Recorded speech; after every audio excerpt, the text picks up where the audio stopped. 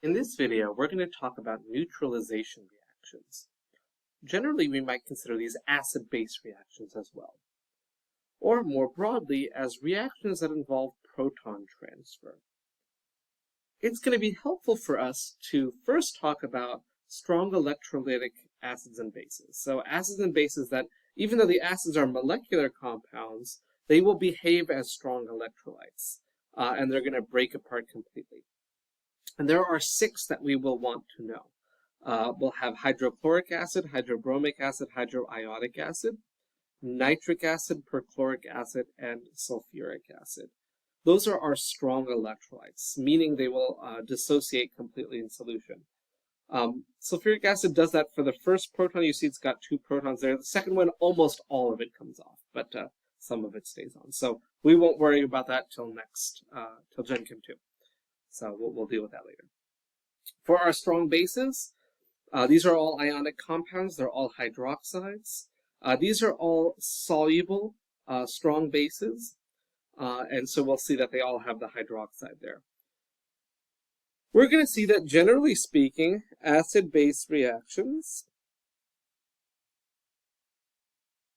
generally for us right now, will follow something along the lines of having OH and H combined to make water. Generally, you're looking at acids being your proton source, bases being your proton acceptor, and they'll combine to make water. We will see that some other bases, like sodium carbonate, for example, or ammonia, they also produce a small amount of OH in solution, and they can react with acids too. With that said, though, ammonia, for example, is not a strong electrolyte. It's a weak electrolyte, and it's kind of hard to describe because ammonia, NH3, doesn't actually dissociate by itself, but it reacts with water to produce ammonium and hydroxide ions. So it forms hydroxide even though it doesn't have hydroxide directly within its structure or formula. That's a little bit less of a clear example. So we're going to kind of not worry about that too much here in this course. You'll have chapters dedicated to acid-base chemistry in Gen Chem 2. For us, though, we're looking at reactions that produce water, so these are going to be ones that are acid-base reactions, because we're going to have something that's going to give us the H+, something that's going to give us the OH-. For example, if you take HCl and NaOH, we'll just have a little line there. When these react, if we were to take a look at the ions involved, these are still double displacements. When we put H and OH together, we get water. That's what we need to learn here. When we have these 2 things present in solution, we're going to get water out. And then, of course, the other 2 ions will form their ionic compound. We will have to check its solubility. In this case, sodium and chlorine both make things soluble, so sodium chloride should be aqueous. Sometimes you'll have reactions that will give you a precipitate as well.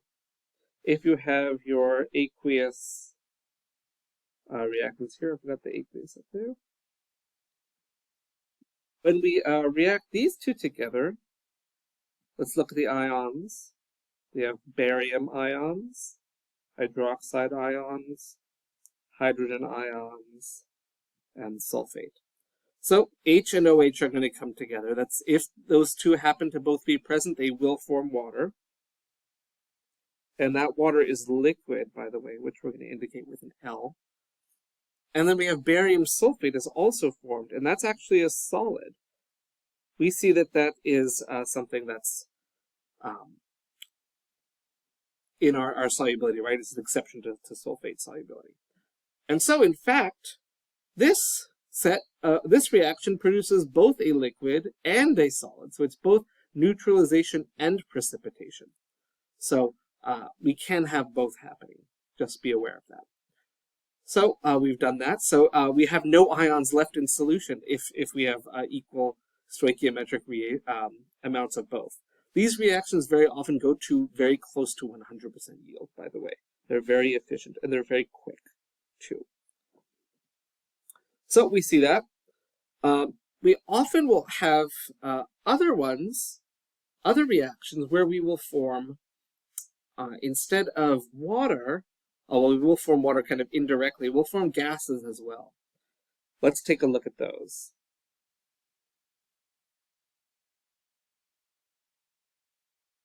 We're going to have a few compounds that, if they are produced, will form gases.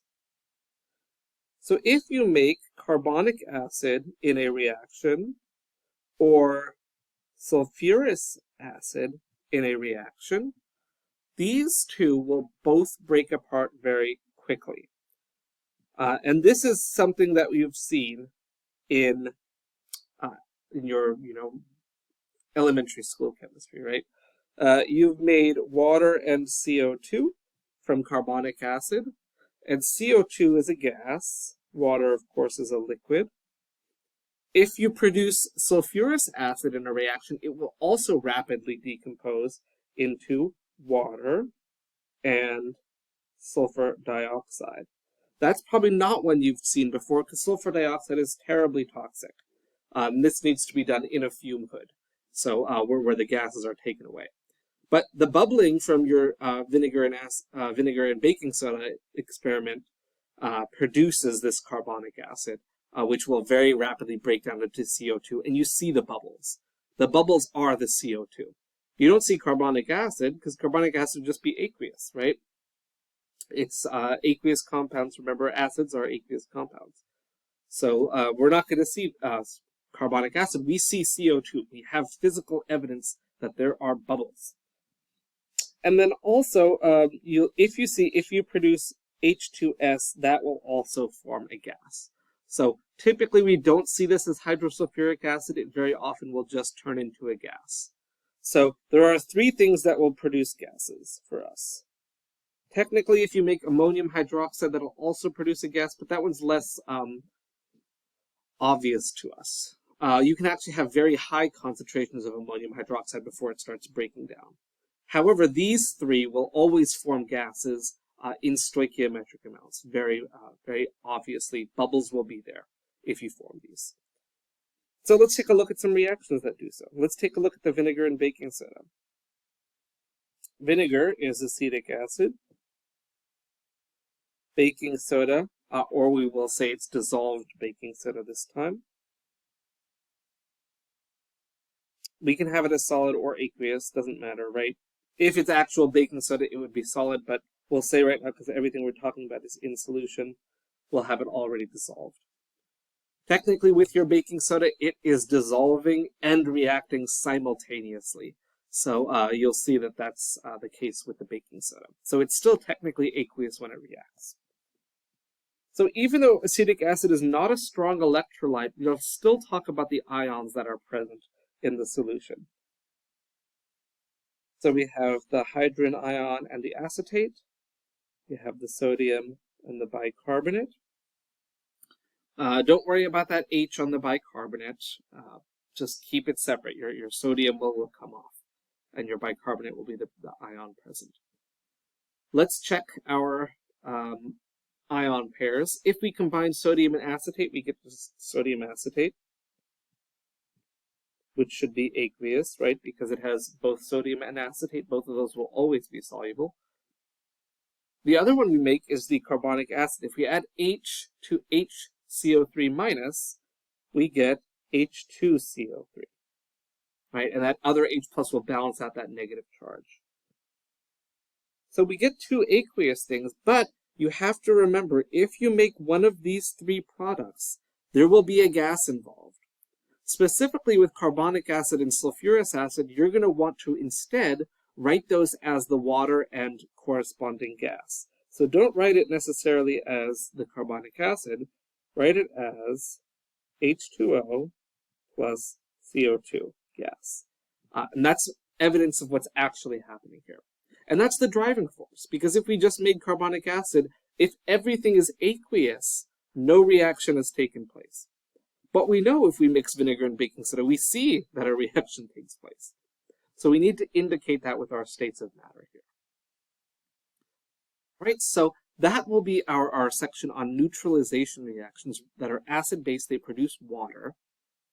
And sometimes with your acid-base reactions, you'll also be producing gases. So, for example, that carbonic acid will very rapidly decompose into water and carbon dioxide. So your products for this reaction are the sodium acetate, water, and carbon dioxide. In our next video, we're going to take a look at evaluating exactly what's happening in these reactions, looking at something called ionic equations.